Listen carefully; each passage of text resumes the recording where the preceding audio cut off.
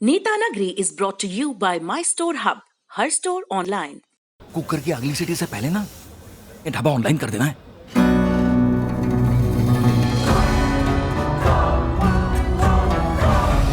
हम हो गए ऑनलाइन। आ गया है माई स्टोर ऐप। ये किसी भी स्टोर को ऑनलाइन करे सिर्फ 15 सेकंड में। माई स्टोर, अब हर स्टोर ऑनलाइन।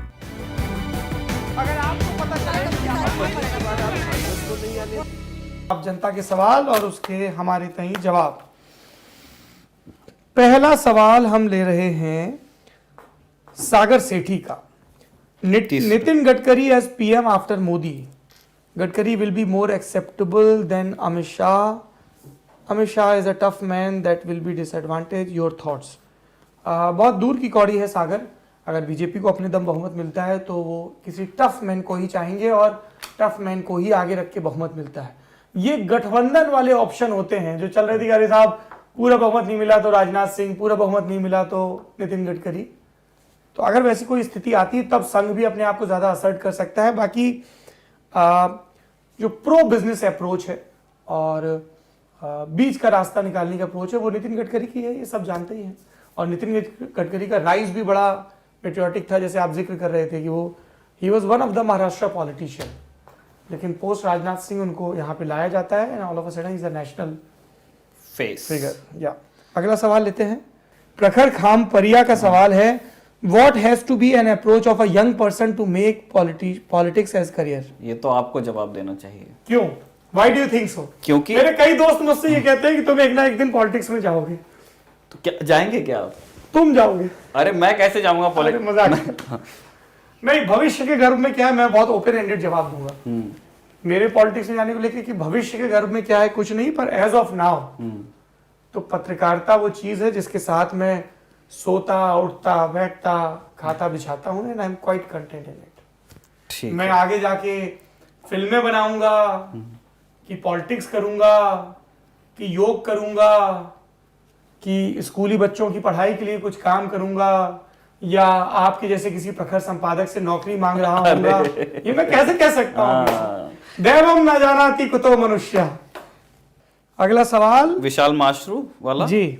हाँ, ये पूछ रहे हैं कि जब योगेंद्र यादव, दर्शन पाल, हन्नान मौला माफ कीजिए, सीपीएम लीडर, उन्हें ये जब प्रोटेस्ट का चेहरा बन जाते हैं तो क्या ये कहना ठीक होगा कि प्रोटेस्ट हाईजैक हो गया है, लेफ्ट ने हाईजैक कर लिया है? और मैं इस हाईजैक वाली बात थ्योरी से फ्रीइंग मोटा मोटी यही है। हाँ, और वो कह रहे हैं कि जो एक्ट ये यलगार परिषद के लोगों के को आजाद कराने के बाद जो एक जोड़ दिया गया था, उग्रहन गुट जो है हाँ, उसने कहा था और बाद में सबने अपने आप को उस चीज से अलग भी कर लिया कि ये इशू नहीं है। लेकिन I was talking to people जिन्होंने ये बात कही कि हमें तो लग रहा साहब किसानों का मुद्दा बहुत सही है, अब ये उसमें उमर खालिद को भी ले आए। तो आप जैसे बोलते हैं ना कि नहीं ये सही है ये गलत है, मैं अक्सर आपको वो पॉइंट ऑफ व्यू दिखाने की कोशिश करता हूं जो पब्लिक कैसे परसीव कर रही है अलग अलग पॉलिटिकल मैसेजिंग को और कैसे इंटरप्रेट कर रही है। एक तो एक जो सही है, एक है जो ट्रिकल डाउन होके जा रहा है। देखिए ये कहना कि किसने किसको हाईजैक कर लिया, आप ये भी कह सकते हैं उन्हीं ने बिल्ड किया था ये मूवमेंट। प्रोटेस्टर्स को यहां तक लेके कौन आए? वही किसान यूनियन लेके आई। तो हाईजैक कर लिया वाला मुझे बहुत फंडा समझ में नहीं आता। और ये ऐसा लगता है कि गोया किसी भी इस डेमोक्रेटिक फ्रेमवर्क में किसी का भी आंदोलन करना गुनाह हो कि साहब ये कर सकते हैं कि बीजेपी कह रही है कि साहब हम डेमोक्रेसी को रिस्टोर करेंगे बंगाल में, तो वो मूवमेंट है और यहां पे कम्युनिस्ट आ गए तो आप डिस्क्रेडिट कर रहे हो। ये बाइनरी मुझे समझ में नहीं आती है। जो जहां भी डेमोक्रेसी को अपने हिसाब से बचाने के लिए या सरकार की जवाबदेही तय करने के लिए लड़ रहा है, उनका हक है, इट्स अ कॉन्स्टिट्यूशनल राइट। ठीक है। हाईजैक वाली बात को लेकर के एक चीज और मैं ये कहना चाहता हूं कि ये ना ये बड़ी कोशिश चल रही है और ये हाईजैक वाली भाषा जहां से आती है वो न सिर्फ लोगों को बांटने की कोशिश है, वो लड़ाइयों को बांटने की कोशिश भी है कि किसानों का होगा तो वो किसान अपनी लड़ाई लड़ें, छात्रों का होगा तो वो छात्र अपनी लड़ाई लड़ें, जवानों का होगा तो वो जवान अपनी लड़ाई। आप एक दूसरे का समर्थन बर्दाश्त से बाहर होता जा रहा है। होता क्या है ये हमको कब समझ में आती है हाईजैक वाली चीज? जैसे विशाल मारू मुझे नहीं पता क्या करते हैं, मैं पत्रकार हूं, अगर हमारे कोई इश्यूज हैं, अगर पत्रकार यहाँ मोर्चा निकालना चाहे ना 100 आदमी नहीं जुटेंगे। तब हम जरूर देखेंगे इसके उसके तरफ कि भाई ये 4 परचून की दुकान वाले भी आ जाएं तो एक दुकानदारों का समर्थन हमको मिल जाए, कहीं से हमको मतलब पेंशनर समाज भी अगर आ जाएगा तो हम उनको भी बिठाएंगे, और फिर वो हमारा जो मांग पत्र है आ जाए, सब कोई कहीं से आ जाए, और इसी तरह और इसीलिए हम ये जो प्रोटेस्ट हो रहा है और जिस तरह से इस प्रोटेस्ट को डील किया जा रहा है, इसे आप एक आंदोलन की तरह नहीं, एक फिनोमिना की तरह देखिए आप। ये डेमोक्रेटिक प्रोसेस है जिसके अंदर जो एतराज है वो लोग जुट रहे हैं एक जगह पे और वो सरकार को एंगेज करने की कोशिश कर रहे हैं। हाईजैक कर लेना मतलब कोई कितने टेररिस्ट को छुड़ाने की मांग की गई है अभी तक आंदोलन से। एक मैं आपको और बताऊं, आप तो ये बता रहे थे, हमने बंगाल डिस्कस किया, जब सिंगूर और नंदीग्राम वाला आंदोलन हो रहा था तब लेफ्ट की सरकार ये कहती थी कि अल्ट्रा लेफ्ट ने इस आंदोलन को हाईजैक कर लिया है, जिसे जमीन का जो टीएमसी कह रही है हमारा आंदोलन, लेकिन अल्ट्रा लेफ्ट इसको रेगुलेट कर रहा है। और वो आपको ध्यान हो किशन जी AK-56 टांगे और उनका एक पीछे से इंटरव्यू चलता है, तो ये सब चीजें तब भी बहुत होती थी। ये हर सरकार ने ये किया और बीजेपी तो बहुत एग्रेसिवली ये करती है कि आप विपक्ष में तो नेम कॉलिंग, ये फलाना है, ये ढिकाना है, और उसके पहले जो थे वो भी करते थे। तो एक कंटिन्यूटी चली आ रही है, सब उस गेम को रिफाइन करते जा रहे हैं। लेकिन नागरिक के तौर पर आपको इस चीज की फिक्र करनी चाहिए कि कोई यदि किसी सरकार के किसी फैसले का विरोध कर रहा है तो उसकी लेबलिंग इस तरह से ना हो, क्योंकि कल को ये विरोध आप भी करेंगे, अपने सिविक राइट्स को लेकर कर सकते हैं आप। हमने देखा नीट का एग्जाम, हमारे आपके घरों के बच्चों ने विरोध किया, मैं वही तो कह रहा हूं, हमने उनको क्या कहा, हमने उनकी बात सुनी ना। तो अलग अलग स्टेक होल्डर्स जो विरोध करें उनकी बात सुनिए, अगर दुरुस्त है तो वो अकोमोडेट की जाएगी। और इस बात को लेकर सबसे ज्यादा शोर इसी बात पे हुआ कि अलगार परिषद के लोगों का जो केस चल रहा है उसको छुड़ाने की जो एक दिन पोस्टर्स आए वो पूरे अभी 23वां दिन है सौरभ जी, 23वां दिन है, उसको एक दिन वो वहां पे दिखे, उसके बाद से बिल्कुल 62 की लड़ाई और ये सब कुछ हो गया है। पहली चीज ये कि अलगार परिषद अभी सब जुडिस मैटर है, उसमें गिल्ट और इनोसेंस अभी कोर्ट बताएगी।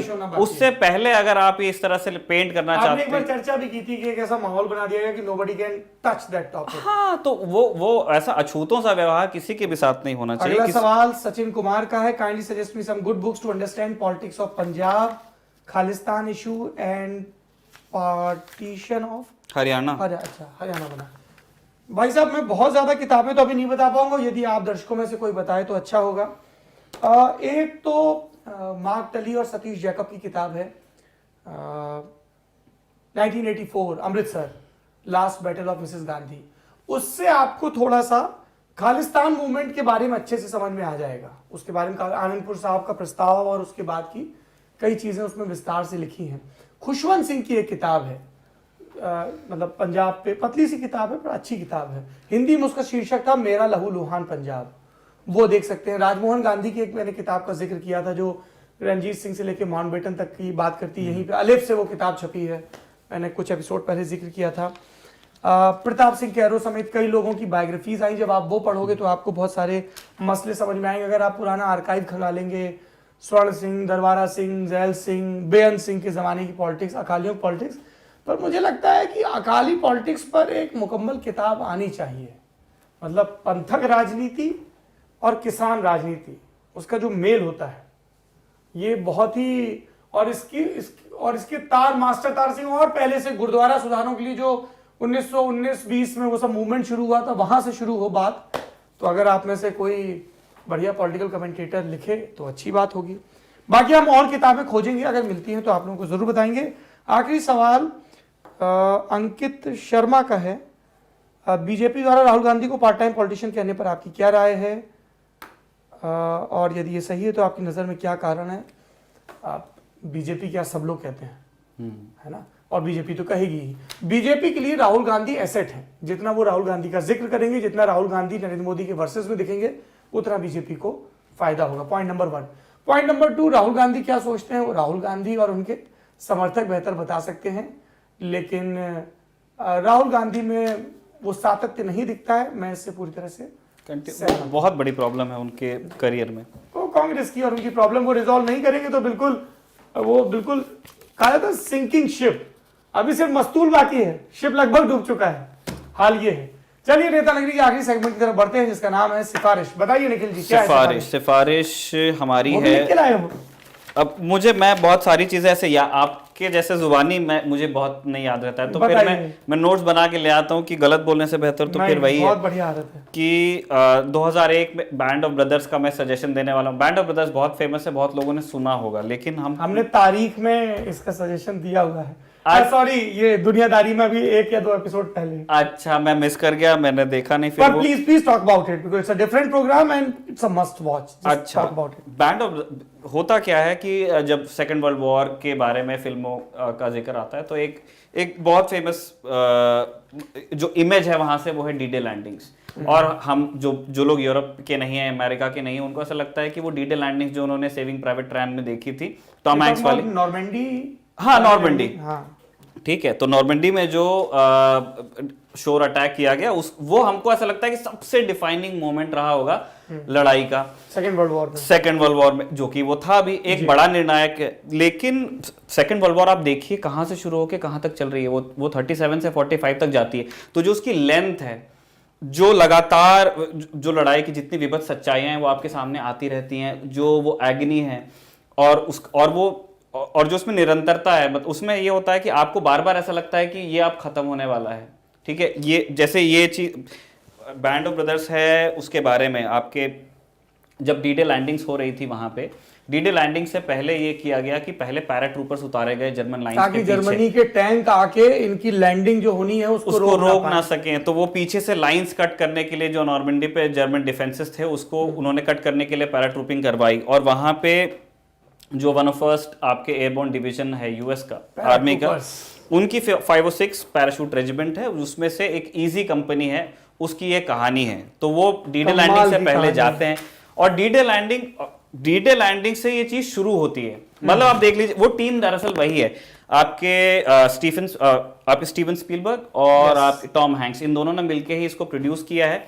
और वो दोनों ही सेविंग प्राइवेट रायन बनाते हैं। 2 साल बाद उन्होंने फिर एक स्टीफन ई एम्ब्रोज की एक किताब है बैंड ऑफ ब्रदर्स, और उसके ऊपर ये बनाते हैं। और उसके बाद आप देखते हैं कि ये लड़ाई डी-डे के बाद कितनी आगे तक के खिंचती है। इतनी लंबी और बड़े 1-1 घंटे के एपिसोड्स हैं। पर्सनली मैंने जब एक सीजन है, आराम से देख सकते हैं। लेकिन इतना, जैसे अभी तो मैं ठंड के मौसम में देख रहा हूँ, और उसमें जो सीज ऑफ बैस्टोन वगैरह है, जहाँ पे सीज वारफेयर खूब हुआ बाद में, डी-डे के बाद में जब वो हॉलैंड वगैरह गए, तब वो ठंड आपको लगने लगती है यहाँ पे। मैं आजकल वर्कआउट करते हुए वाइकिंग्स देख रहा हूँ, तो उसमें भी यही होता है कि वो माहौल बाहर स्लेटी है, धुंधला है, स्क्रीन भी आधे से ज्यादा वक्त तक बिल्कुल वैसी ही रहती है। तो अगर आपको देखना है कि एक फिल्म से ज्यादा अगर आप देखना चाहते हैं कि डी-डे लैंडिंग्स के बाद क्या हुआ था और कैसी उन फौजियों की जिंदगी थी जो रोज सोचते थे कि मैं इस लड़ाई से जिंदा बच के अपने घर चला जाऊंगा, उनके साथ क्या होता था, तो आप बैंड ऑफ ब्रदर्स देख सकते हैं। और इसके अलावा बस यही है आज का। अच्छा, मेरी पहली रिकमेंडेशन है, सत्य व्यास हिंदी के बेस्ट सेलिंग राइटर हैं, जिसका नाम है उफ कोलकाता, और मैंने ये पढ़ लिया है और ये मज़ेदार है, रोचक है, और इसमें भूत भी है। अच्छा जी, इसमें एक बॉयज़ हॉस्टल है, एक ट्रेन आती है, ट्रेन में किसी को कोई मिलता है, फिर एक लड़की से दोस्ती हो जाती है, तो आखिरी तक सस्पेंस रहता है कि वो वही लड़की भूत है या नहीं है। वो आखिरी में एक बड़ा मज़ेदार जगह ख़त्म होता है। So I thoroughly enjoyed it's a quick read of Kolkata, Satyavyas की किताब, हिंद युग से ये छपी है और इसकी कीमत है 150 रुपये। प्राइस को लेके आजकल हिंदी के पब्लिशर्स भी केयरफुल हो गए हैं। दूसरी किताब जो मैंने ऑलमोस्ट पढ़ ली है, नेताजी की रहस्यमय मृत्यु की शोधपूर्ण अंतरकथा, सुभाष बोस की अज्ञात यात्रा। इसे संजय श्रीवास्तव ने लिखा है, संवाद प्रकाशन ने छापा है, 300 रुपये कीमत है। इसमें इन्होंने जो 3 कमीशन बने थे, पहला शाहनवाज कमीशन 65 में, फिर इंदिरा जी के ज़माने में कमीशन बना, और फिर एक मुखर्जी कमीशन वाजपेयी साहब के ज़माने में बना। उन तीनों के क्या निष्कर्ष हैं, उनके बारे में विस्तार से बात की, और जो इंडिपेंडेंट इन्वेस्टिगेटर्स हैं तो उनको सबको कंपाइल करके, हाँ, क्योंकि बहुत सारे सवाल हैं कि कोई रिकॉर्ड क्यों नहीं है ताइवान में उस प्लेन क्रैश का, कोई तस्वीर क्यों नहीं है, और जो मिसमैच गवाहियां हैं कि वो मंचूरिया पहुंचे कि नहीं पहुंचे, और जो बातें चलती हैं, ऐसी ऐसी बातें कि सर्वपल्ली राधाकृष्णन जब रूस में राजदूत थे तो उन्होंने देखा, विजय लक्ष्मी पंडित ने बगल वाली बैरक से देखा, ऐसी कई बातें चलती हैं। प्रेस कॉन्फ्रेंस में पूछा जाता था नेहरू और पटेल से कि सुना है सुभाष बाबू वापस आ रहे हैं, अगर वो वापस आएंगे तो क्या उनको आप डिफेंस का पोर्टफोलियो देंगे? मतलब समझ रहे हैं। और लॉर्ड वेबल लिख रहे हैं, वो जनरल अचकिन, वो सब लोग लिख रहे हैं। तो बहुत, ये एक बहुत बड़ी मिस्ट्री है जो अब तक अनरिजॉल्व है। और मुझे एक चीज समझ में नहीं आ रही है, रेनको जी के मंदिर में जो अस्थियां रखी हैं उनका डीएनए टेस्ट क्यों नहीं होता? हाँ, क्योंकि परिवार तो है। हाँ, परिवार है, डीएनए टेस्ट हो सकता है, तो वो कम से कम इस चीज को तो एस्टेब्लिश कर देगा कि वो वहां जो अस्थियां रखी हैं वो किसकी हैं, नेताजी की हैं या किसी और की है। तो इट्स अ इंटरेस्टिंग रीड। तीसरी मेरी रिकमेंडेशन, सॉरी मैं आजकल पढ़ रहा हूँ थोड़ा, तीसरी रिकमेंडेशन है Indian icon a cult called royal Enfield. Bullet के बारे में ये किताब है। अमृत राज जर्नलिस्ट हैं, मिंट के साथ जुड़े हुए थे और अब वो अलग अलग उसके लिए लिखते हैं। अमृत राज, उनकी ये किताब है, वेस्टलैंड से ये छपी है। ये मैं पढ़ूंगा, अभी मैंने पढ़ी नहीं है, इसको पिक किया है क्योंकि मेरे इर्द गिर्द बहुत सारे लोग हैं जो बुलेट धारी हैं और हमारे अमित जी, अरे बड़ा प्यार उनको अपनी बाइक से रहा। वैसे ना लिमिटेड एडिशन और पोच के रखना मेरे कई दोस्तों के पास है। और आपने चलाई बुलेट? घर पे है। हाँ, अच्छा, तब तो दरअसल अद्भुत है। जब हाँ, पिताजी का काफी लंबे टाइम से था कि बुलेट लेनी है और उन्होंने अब काफी फौज में चलाई भी होगी उन्होंने खूब। हाँ, उन्होंने, और उनपे सूट भी बड़ी करती है। वो उनकी हाइट 6.5 फीट है और बड़ा बढ़िया डील डॉल है उनका। और वो फौजी ट्रेनिंग है तो फिटफाट भी बिल्कुल। तो वो चला, और मैं जोड़ना बिल्कुल ये किताब पढ़ी जाए और मैं पढ़ना चाहूंगा उसको। लेकिन लो भाई साहब, लेकिन जो लोग ये निखिल जी पढ़ेंगे और अगले नेता नगरी में बताएंगे कि ये किताब कैसी है। एक हफ्ते से ज्यादा मुझको वक्त लगता है। लेकिन जो बुलेट क्या के बोलते हैं? कल्ट, उड़ता तीर कहते हैं उसे जी। लेकिन जो लोग बुलेट के कल्ट में मानते हैं ना, उनका वो अलग मतलब क्लास है अपने आप में। गाड़ी में इतने इश्यूज हैं, माइलेज नहीं है, क्वालिटी ऑफ बिल्ट नहीं है, Bullet lovers gonna hate you for all these remarks. अरे बुलेट ओनर से आप सुन रहे हैं ये सारी चीजें, ब्रेकिंग नहीं है, लेकिन जो प्यार है, लेकिन बुलेट बात प्यार की नहीं है। जब वो चलती है ना, ऐसा लगता है कि बुलेट की धक धक और दिल की धक धक दोनों मिल गए हैं। और उसने ना ऐसा लगता है कि आप शेयर पे बैठे हुए हो, एकदम छाती कमर चौड़ी हो जाती है। आप 10 चक्का ट्रक आपके सामने चल रहा है, उसको पीछे से मारो, अगर वो देख लिया पीछे की बुलेट, वो खसकेगा। आप पेट्रोल पंप पे एक वजह है, उसकी वजह यह है कि बुलेट को पहले 3 लोग चलाते थे, थानेदार, ठेकेदार और रंगदार। तीनों से ही ट्रक वालों को डरना पड़ता और मतलब मौज है। आप बुलेट लेके जाएंगे पेट्रोल पंप पे, उसको लगता ही नहीं कि आपको 100-200 का चाहिए होगा, वो फुल कर दे। हाँ, अरे जो आदमी इतना महंगा हाथी पाले हुए हैं।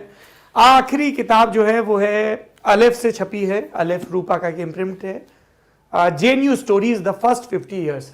हमारे जवाहरलाल नेहरू विश्वविद्यालय के जो देश का नंबर 1 विश्वविद्यालय है सारे पैरामीटर्स पर, और हमारी नरेंद्र मोदी सरकार भी ये बात मानती है, आप हैं जहां का मैं एक विनम्र विद्यार्थी रहा हूं। जेएनयू क्या है? क्या एक बिल्डिंग है? क्या कुछ प्रोफेसर्स हैं? क्या कुछ मुट्ठी भींचे छात्र हैं? क्या डिनर से पहले बंटने वाले पर्चे हैं जिनमें दुनिया जहां के तर्क होते हैं? क्या ढाबों पर होने वाली अंतहीन बहसें हैं? क्या वो लेफ्ट का गढ़ है? क्या वो राइट का उभरता हुआ गढ़ है? जेएनयू क्या है? अमलतास के पत्तों से लेकर बोगनविलिया की झाड़ियों तक जेएनयू क्या है? 24 घंटे चलने वाली लाइब्रेरी, देश को सबसे ज्यादा सिविल सर्वेंट देने वाला जेएनयू, देश के एनडीए के हर कैडेट को डिग्री देने वाला जेएनयू। जेएनयू क्या है? अगर आप इस किताब को पढ़ेंगे तो कई प्रोफेसर्स ने इसमें लिखा है, एडिट किया है, आपको कई दिलचस्प किस्से मिलेंगे। So I strongly recommend this. JNU को जानिए before forming any opinion about it. आज की आखिरी किताब, जो आखिरी नहीं होनी थी, मैं दफ्तर आ रहा था, रास्ते में एक रेड लाइट के पास इस्कॉन से जुड़े श्री कृष्ण की पूजा करने वाला एक संप्रदाय, उनके कुछ सन्यासी घूम रहे थे किताबें लिए। तो उन्होंने मुझे गीता देनी चाहिए, तो मैंने कहा कि मेरे पास गीता के कई संस्करण हैं और इस्कॉन वाली गीता के भी 2 हैं, और मैं इस्कॉन जाता भी रहता हूँ। एक शब्द है ट्रांस, वो ट्रांस मेडिकल उसको अपने ढंग से व्याख्यात करता है, पर कई दफा आपको वो ट्रांस महसूस होता है। किसी को मजार में होता है ना, किसी को कहीं होता है। जो मंगला आरती होती है बाबा विश्वनाथ की, कई लोग उसका जिक्र करते हैं। महाकाल के सामने आप बैठें, एक तक देखें, उसका जिक्र होता है। पिछले दिनों मैं मुजफ्फरपुर गया था, चतुर्भुज स्थान में एक ऐसे काला सा प्रस्तर खंड है, देव प्रतिमा है, उसको लेकर भी कई लोगों ने कहा। कीर्तन जब आप सुनते हैं, जैसे आप चैतन्य की कहानियां सुनते हैं, चैतन्य महाप्रभु की, कीर्तन गाते हुए जो उल्लास आता है, ट्रांस आता है, जिसकी सूफी भी जिक्र करते हैं कि वो ऐसे गोल गोल घूमने लगते हैं, आप इस्कॉन के मंदिर में जाएं और उस ट्रांस को आप महसूस करें, दुनिया भूल के, जो वो मृदंग के साथ मलंग होते हैं। तो वहाँ मैं जाता रहता हूँ और वहाँ भोजन भी बहुत अच्छा मिलता है, जिसको वहाँ की भाषा में प्रसाद कहा जाता है, बिना प्याज लहसुन का। तो ये उनकी एक और किताब है, श्री कृष्ण लीला पुरुषोत्तम भगवान। तो इसमें अलग अलग ग्रंथों से श्री कृष्ण की लीलाएं हैं, और मुझे ये लगता है कि आप आस्तिक हो, नास्तिक हो, तार्किक हो, अतार्किक हो, जो भी हो, आपके पुरखों की जो कहानियाँ हैं, जो पीढ़ी दर पीढ़ी बाँची जा रही हैं, चाहे वो बाइबल की कहानियाँ हों, चाहे वो हदीस की कहानियाँ हों, और हमारे यहाँ पे उपनिषदों की, वेदों के सूक्त हैं, विचार हैं, उनको पढ़ा ज़रूर जाना चाहिए। आपके पुरखे कुछ लिख गए हैं, देखिए ज़रा, एक उत्सुक स्टूडेंट की तरह जाइए कि क्या है ये कहानियाँ, इसके पीछे क्या मंशा रही होगी, ये क्या स्थापित करना चाहते हैं, उसकी जो आखिरी स्थापना आप उससे सहमत होना। जैसे मैंने इसमें एक मुचकुंद की कहानी पढ़ी, राजा मुचकुंद थे, तो उन्होंने बहुत उपासना की, कुछ प्रयोजन पूरा किया, तो उन्होंने कहा साहब आप क्या वरदान, बोले साहब बहुत थक गया हूँ मैं देवताओं की तरफ से युद्ध लड़ते लड़ते, मुझे सोने का वरदान दीजिए, और जो कोई मेरी नींद में खलल डाले मैं उसको भस्म कर दूँ। ठीक, तो जाके गुफा में सो जाते हैं। फिर कृष्ण क्या करते हैं, उनको एक काल यवन था राक्षस, उसको मरवाना था, तो वो काल यवन से लड़ते लड़ते उस गुफा में जाते हैं, काल यवन भी, और काल यवन सामने पड़ जाता है मुचकुंद के और नींद खराब कर देता है, तो वो भस्म होते हैं। और उसके बाद फिर श्री कृष्ण आते हैं, श्री कृष्ण का मुचकुंद से संवाद होता है, फिर वो आगे कहानी बढ़ती है। तो ये आप समझिए कि नेता नगरी शुरुआत होते होते मैंने एक पढ़ डाला, तो मुझे बड़ा, इनफैक्ट जब हमने ललन टॉप शुरू किया था तो हमने एक न्यू मॉन्क सेक्शन रखा था, जिसको हम कंटिन्यू नहीं कर पाए, शायद कभी कर पाए। उसमें मकसद यही था कि अलग अलग मतों और संप्रदायों की जो नीति की कहानियां हैं उनको हम पढ़ें। तो ये मेरी इस हफ्ते की रिकमेंडेशन है। आखिरी रिकमेंडेशन है, गुड़ खाइए, be a good boy and keep eating गुड़, क्योंकि ये आपकी सेहत के लिए बहुत अच्छा होता है। और निखिल जी आप खाएंगे? आप मीठा ज़्यादा नहीं खाते हैं? थोड़ा, बहुत ही थोड़ा।